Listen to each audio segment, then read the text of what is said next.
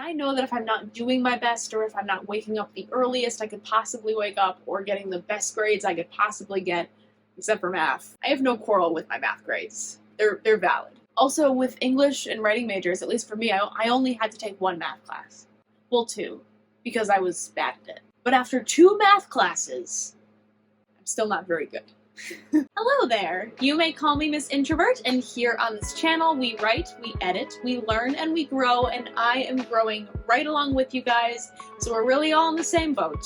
Today I'm making a video for the students, or rather, the soon-to-be students. Because school has started, and there's a lot of you guys that are in high school, or maybe you're in a bit of hiatus and you're wondering, should I go to college and pursue this major that we talk a lot about on this channel, writing?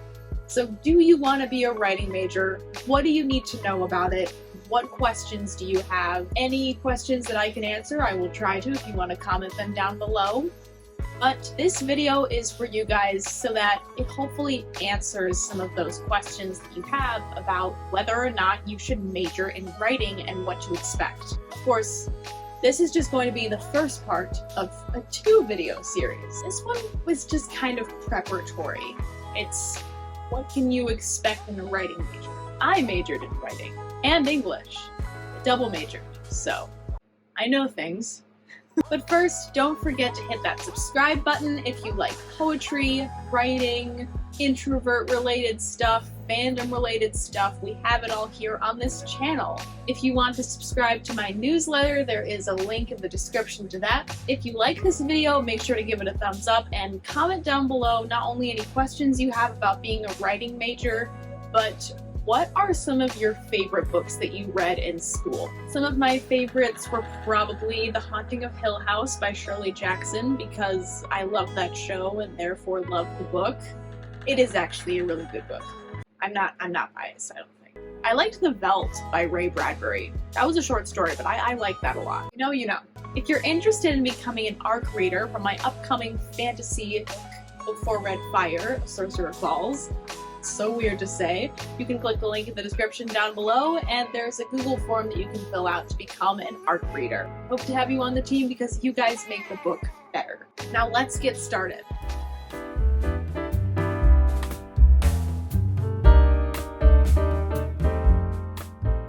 Number 1. What you see is what you make of it. What I mean by this is when you're trying to pick out a school that's perfect for your needs, it has the best writing program, it has the best professors that are going to be intentional and whose job it is to make sure that you succeed in your endeavors. You want to make sure it has great activities for you to get involved in around the local community, stuff to put on your resume, projects and craft to be working on, and of course, recreational time and other activities that aren't writing. I did theater. It was a time. It was a fun time, but it was a time. But no matter what school you choose, even if it's not your top choice, it's not so much going to be the expectations that you thought would shape you, like the classes and the grades and the friendships that you would make. Though all good, they might not stick around forever. It's going to be how much time you invest in the people, the material, and your craft as a writer. So when you're making writer friends in college, or any friends for that matter, tell them that you're working on something and ask for their permission to read it, look it over for you, critique it, and of course, before then, get to know these people a little bit, shape that relationship into something genuine and honest, so that you not only have a buddy to go to when things get crazy in college, you just need that emotional support from a friend, but you also have a person that you can trust with their feedback and their critiques. You know they're telling the truth. You're not gonna feel like, I don't even know this person, they could be wrong. They're gonna tell you what you need to hear, and they're gonna hopefully do it in a way that they know you're gonna take well. Maybe they know you're gonna not take it well, but you trust them. You need to find people that you trust to look at your work.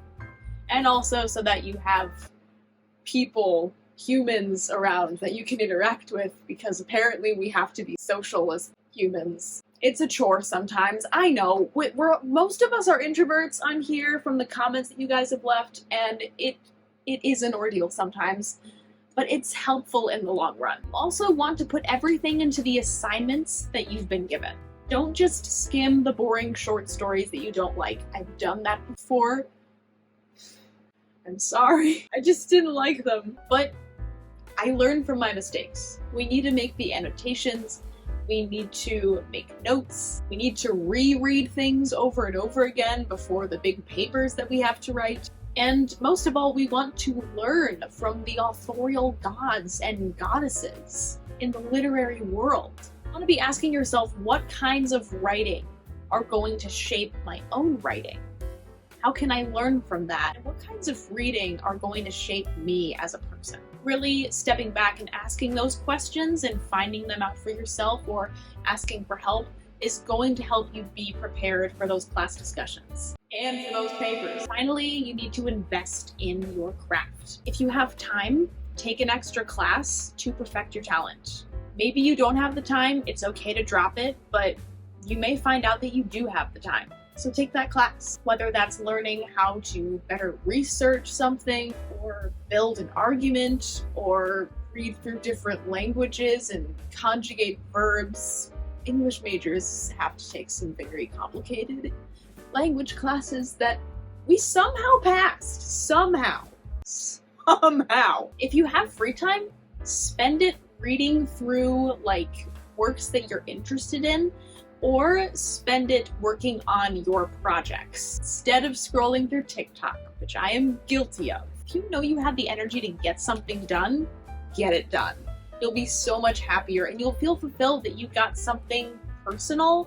Like, let's say you're writing a book that you want to publish eventually. You wrote a chapter today, you edited a chapter today, you brainstormed today. All of those are great things. Good job. You're awesome. If you are tired though, which you will often be in college, and college students can attest to this, yes, you will often be tired. Please take the necessary time to rest and recover. You have upcoming exams to study for, and you have big projects to turn in, you have a class presentation on Monday, and you have big events that you have to be awake and mindful for. When you do have the energy, just remind yourself that you don't want to come out of college unhappy and unfulfilled. And sometimes there are colleges that will make you feel that way. And that sucks, and I hate that for you. But you can shape your experience by what you do. If you're surrounded by toxic people though, or a toxic system, get rid of it. Either way, there's going to be so much opportunity that you are meant to get a hold of. Number 2, make the time. Sometimes it feels like there's not enough time in the day to do what you want to do. Like we said, you have a lot of studying to do, you have rehearsal later on, you have band practice, you kind of signed up for too many things and now you're overwhelmed. So make a schedule. Maybe drop a couple of those things. Start assignments early if you have access to them. Start studying early, little by little. That's what I did. Every morning at school, I woke up at 6 a.m. I know. Every morning, I know. Except for my days off. I slept in on those days off. But what I did was I just studied for a half an hour every day. After I learned the material, I set it aside for the next day to study. So for a half an hour to an hour in the morning is when I would do that. I would have my breakfast, I'd have my coffee, and I would just set that time for studying. And before long, the material became second nature before exams. So there's no cramming involved. Unless you really don't feel confident about it, there's no cramming involved. It saves time in the long run, and it builds a good habit. So whatever good habits look like for you, whether it's waking up early or taking time in the middle of the day, or maybe sacrificing something that is taking up some time and it doesn't have anything to do with school.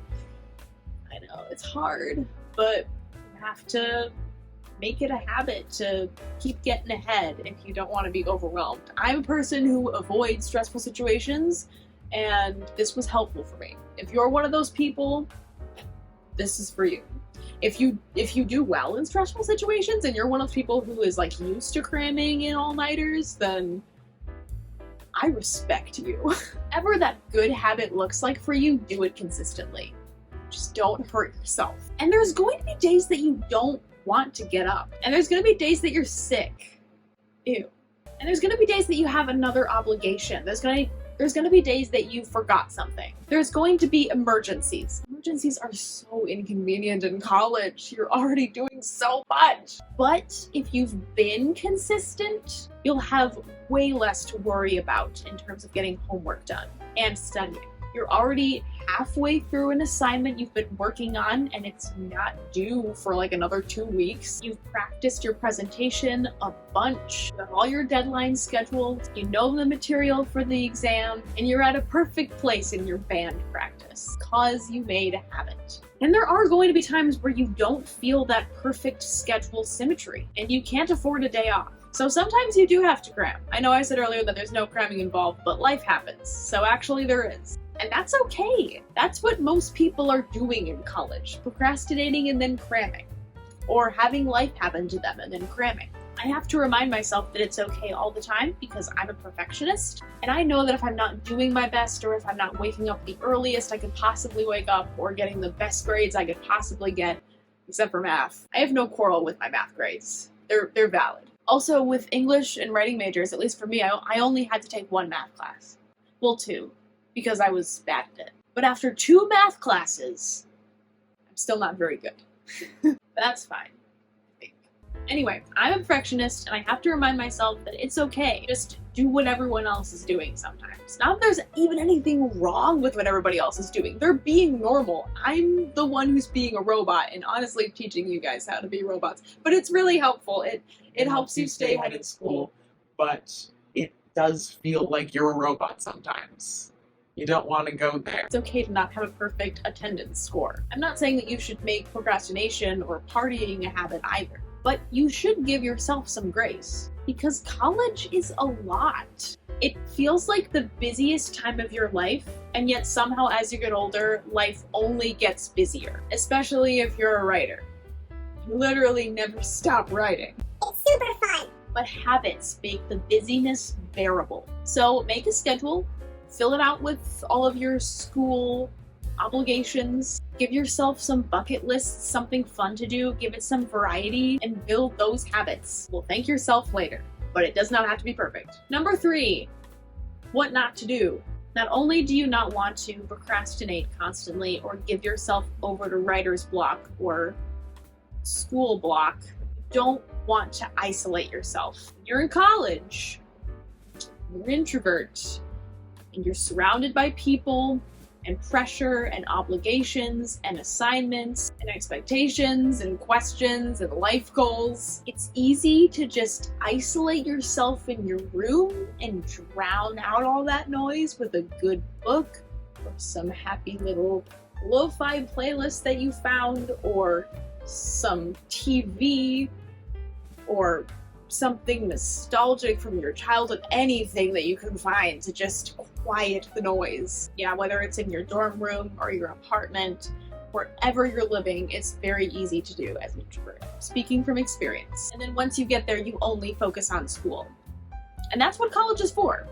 You're studying something. You're studying writing. That's why you're here. But you also have to do stuff to grow as a person. You don't have to, but it's highly recommended. That's why most schools are like, get involved in this, because you're kind of stretching yourself as a person. You're getting out of your comfort zone. But isolation, and I went to school after COVID, kind of like in the middle of it a little bit. So that was already second nature, but I did it for the longest time, even after masks were no longer mandated. I always tried to convince myself, though, that I was content just staying in my room and doing school. It was a small room, it was a dorm room, and I shared it with another person. But I made my own little bubble at my desk, and it was very quiet. I could watch TV or read a good book in bed or just entertain myself with anything while everybody else was making friends and going through the upside of that and the downsides of that. And I was envious of them. I was like, I want to make friends. I want to be cool. I don't want the downsides though, which is why I stayed in the dorm. The downsides sounded scary. I'm already afraid of people and relationships, and I still struggle with this. But it wasn't until my second semester that I started going to unfamiliar places and made them familiar. I went to the library to study, and it's nice and quiet there. There's a whole floor on like the 3rd floor that's like you can't talk at all. You can't make any noise. It's perfect. I went to the rec center to brainstorm. I talked to people at my job, a job that I had to call people on the phone and ask for money for the school. School wasn't in danger of like closing or anything. They have very good scholarships, which is why I went. But I put myself out of my comfort zone and I'm happy that I did. Then I felt like I could reward myself with some introvert time. School year after that, I reminisced my trip to London, I did theater, I made more friends, I wrote so much more, and I just felt so familiar with the campus and I miss it so much. I was a transfer, so that semester, that half a year where I was cooped up in my dorm room took up a big chunk of opportunity that I could have latched onto. To make my friends, to make my little bitty mark on, it's not a very big school, but there's a lot of people anyway, but a little mark on the school and in the broader community, get more in-depth reviews from peers. I remember making writing mind videos and making goals of like, I'm going to get into a writing community. And it took me so long. I don't recommend it. Get yourself out there. Get involved. So this last year, I really did put myself out there. I didn't just experiment with it. I actually went out and did it. And it was my senior year. So it was like the last chance ever to do that.